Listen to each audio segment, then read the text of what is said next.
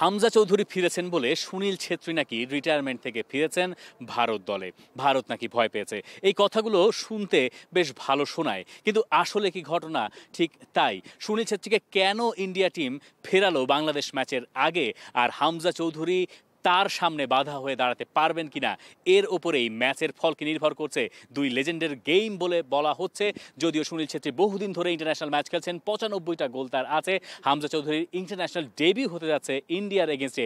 দুটোর ভেতরে পার্থক্য ঠিকই আছে, কিন্তু প্রোফাইল সেই হিসাবে আপনি বলতেই পারেন যে অন্ততপক্ষে সাউথ এশিয়ান ফুটবলের জন্য দুই কিংবদন্তি। এখন আসেন যে আমরা একটু এটা ব্যাখ্যা করার চেষ্টা করি যে সুনীল ছেত্রী আসলে ফিরলেন কেন। সুনীল ছেত্রী এখনো পর্যন্ত এবারের আইএসএল এ গোল করেছেন 12টা, এবং আপনি যদি আইএসএল এর টপ স্কোরারদের ভেতরে ইন্ডিয়ান খুঁজতে যান, তাহলে সেই জায়গায় টপ স্কোরারের নামটা সুনীল ছেত্রী, যিনি 40 বছর বয়সে এই কাজগুলো একের পর এক করে যেতে পারেন। তাকে আপনি দলে না ডেকে উপায় কই? সুনীল ছেত্রী যতদিন ইন্ডিয়া টিমে ছিলেন না, ততদিন পর্যন্ত 5 ম্যাচে ইন্ডিয়া গোল করতে পেরেছে মোটে 3টা। সুনীল ছেত্রী যেদিন ফিরলেন মালদ্বীপের এগেনস্টে, ওই এক ম্যাচেই তারা গোল করেছে 3টা। সুনীল ছেত্রীও সেখানে ছিলেন, তিনি তৃতীয় গোলটা করেছিলেন, এবং এর আগে তিনি 273 দিনের একটা গ্যাপ শেষে জানালেন তিনি বাংলাদেশের এগেনস্টে ম্যাচ দিয়ে আবারও আন্তর্জাতিক ফুটবলে ফিরছেন। এবং তাকে ফেরানোর পেছনে ম্যানুলো মার্কেজ, ইন্ডিয়ার কোচ, তারই সম্ভবত সবচেয়ে বড় অবদান।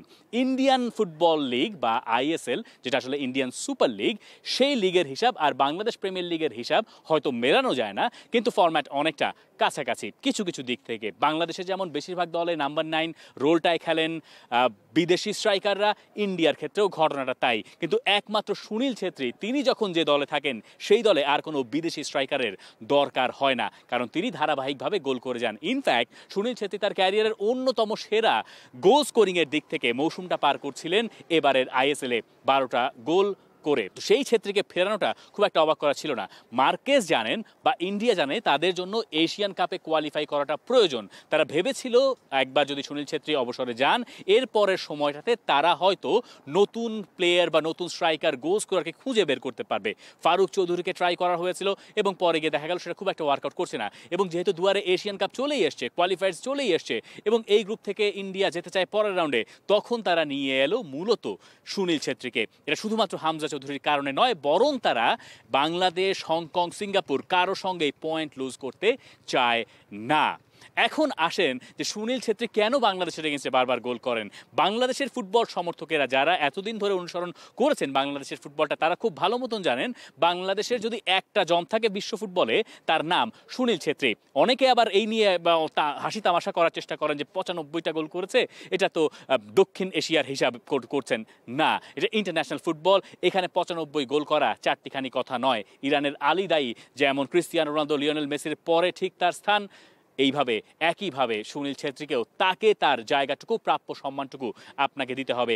আরও বেশি সম্মান দিতে হবে এই কারণে, যেহেতু তিনি বাংলাদেশের বিপক্ষে প্রতি ম্যাচেই প্রায় ম্যাচ প্রতি গোলে তিনি আসলে সেখানে 6-6। এই হিসাব থেকে সুনীল ছেত্রী বাংলাদেশের জন্য এখনো ডেঞ্জার ম্যান। ছেত্রী আসলে করেনটা কি? ছেত্রী আসলে মাইন্ড গেম খেলেন। তিনি এয়ারে দেখবেন যে খুব বেশি হয়তো এগিয়ে নয় বাংলাদেশের ডিফেন্ডারদের তুলনায়, কিন্তু তারপরও তিনি হেডে গোল করেন, তিনি তারপরও বক্সের ভেতরে ঢোকেন। এখন এইখানেই হামজা চৌধুরী হতে পারেন এক্স ফ্যাক্টর। হামজা চৌধুরী যদি ডিফেন্সের সামনে, বাংলাদেশের যে ডিফেন্ডাররা থাকবেন সেন্টার ব্যাকটা, তাদের সামনে ওই শিল্ডটা তৈরি করতে পারেন, এবং স্পেশালি যেই কাজটা সাধারণত সুনীল ছেত্রী করেন, তিনি একটু সেকেন্ড স্ট্রাইকার থেকে অনেক সময় রানটা নেন, এবং দেখা যায় যে বক্সের ভেতর তিনি আসলে শুরুতেই ঢোকেন না।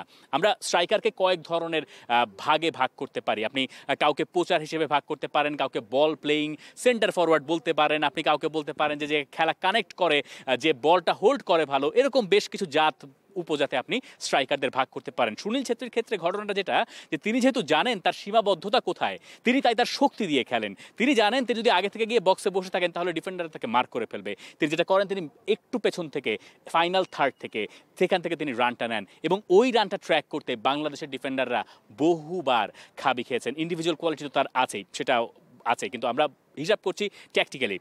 সেই জায়গায় হামজা চৌধুরী হয়তো নজর রাখার চেষ্টা করবেন স্পেশালি এই সুনীল ছেত্রীর ওপরে, এবং সুনীল ছেত্রীকে যদি আটকানো যায় সেটা বাংলাদেশকে ক্রমেই এই ম্যাচে আত্মবিশ্বাসী করে তুলবে, যেটা করেছিল 2021 সালে যখন বাংলাদেশ ইন্ডিয়ার এগেনস্টে ওয়ার্ল্ড কাপ কোয়ালিফায়ার্সের ম্যাচে খেলেছিল, কিন্তু সেটা 79 মিনিটের আগ পর্যন্ত।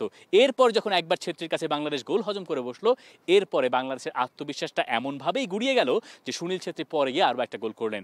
বাংলাদেশ ফুটবলারদের ভেতরে একটা প্রচলিত কথা আছে, এটা শুধুমাত্র এখনকার টিমের নয়, সব কিছু মিলিয়েই, যে সুনীল ছেত্রীকে যদি আটকানো যায় তাহলে ভারতকে আটকানোর কাজ অনেকটুকু হয়ে যায়। এটা একটা মাইন্ড গেম, এবং সুনীল ছেত্রী এই জায়গার জন্য লিওনেল মেসি যেমন বাংলাদেশের জন্য হামজা চৌধুরী হয়ে এসছেন লিওনেল মেসি, কিন্তু গোল যেহেতু তিনি করতে পারেন সেই ক্ষেত্রে ছেত্রীর ওই প্লেয়িং স্টাইলটাকেই আটকানোর চেষ্টা হয়তো করার চেষ্টা করবেন হামজা চৌধুরী। তো এইখানেই হয়তো ম্যাচের গল্পটা লেখা হতে পারে।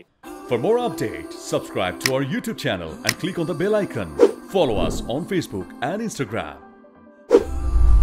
Download T-Sports app to enjoy exciting games and highlights.